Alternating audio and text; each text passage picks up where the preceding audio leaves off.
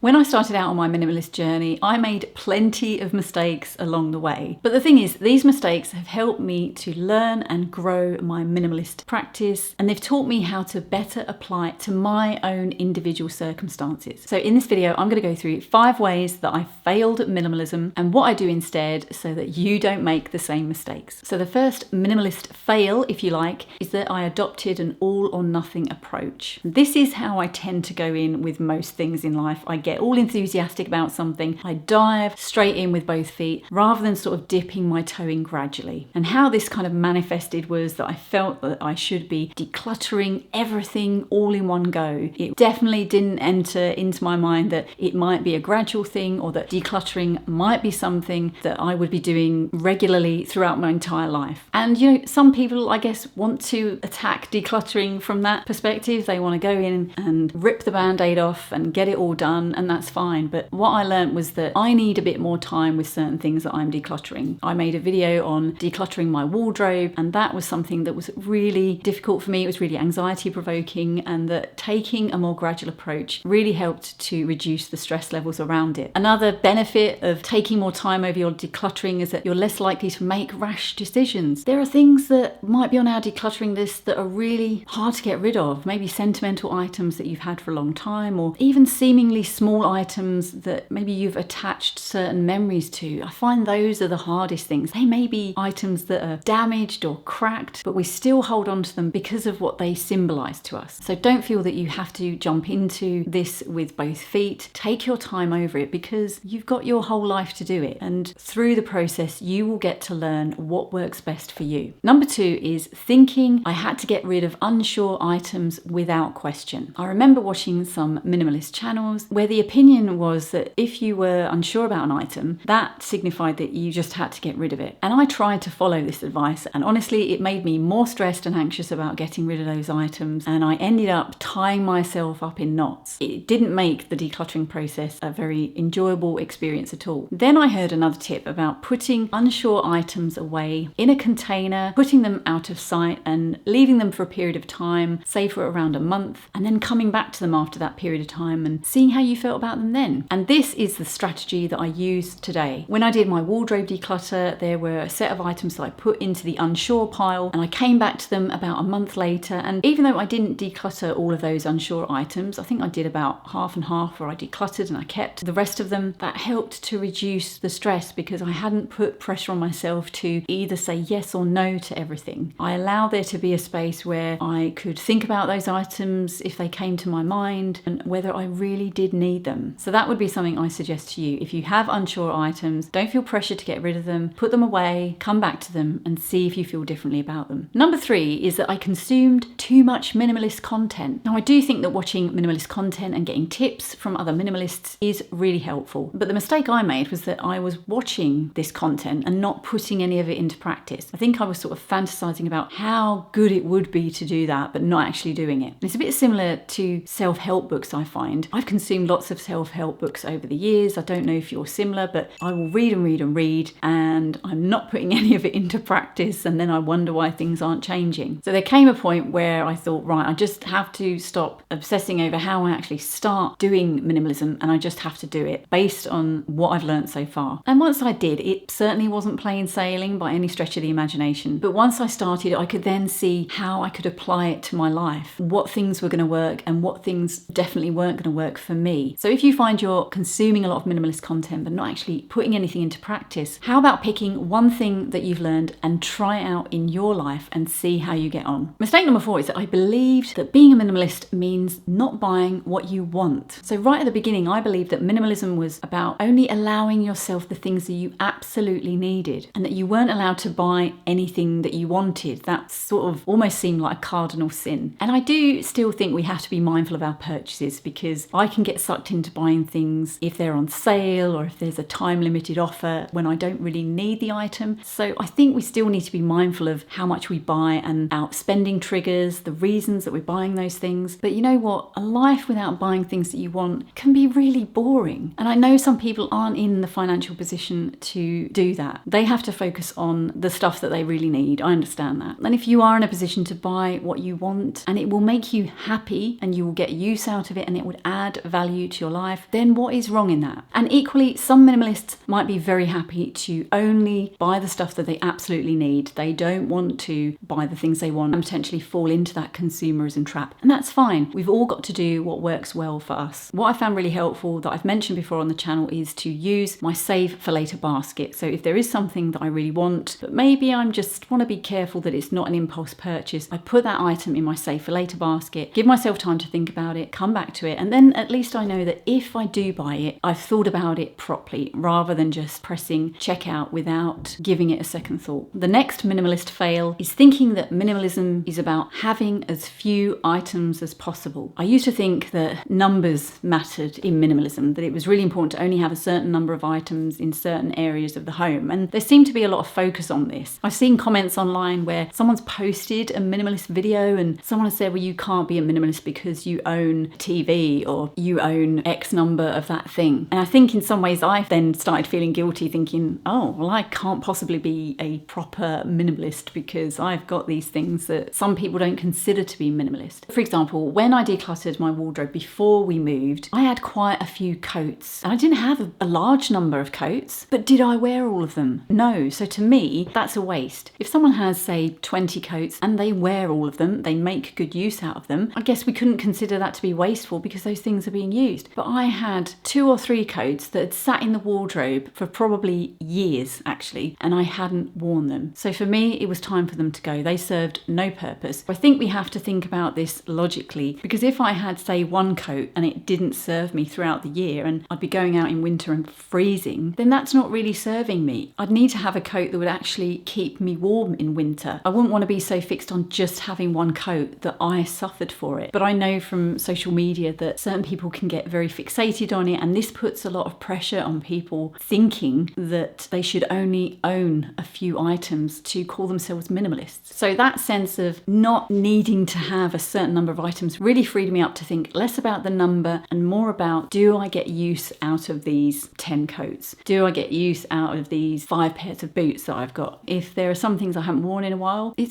might be time to say goodbye to them. But making sure that the things that I do have, no matter what number I have, are getting good use and they add something to my life. And if you want to know some of the most powerful lessons that I've learned since adopting a minimalist lifestyle, then check out the video that's on the screen. Thanks so much for watching, and I'll see you again soon.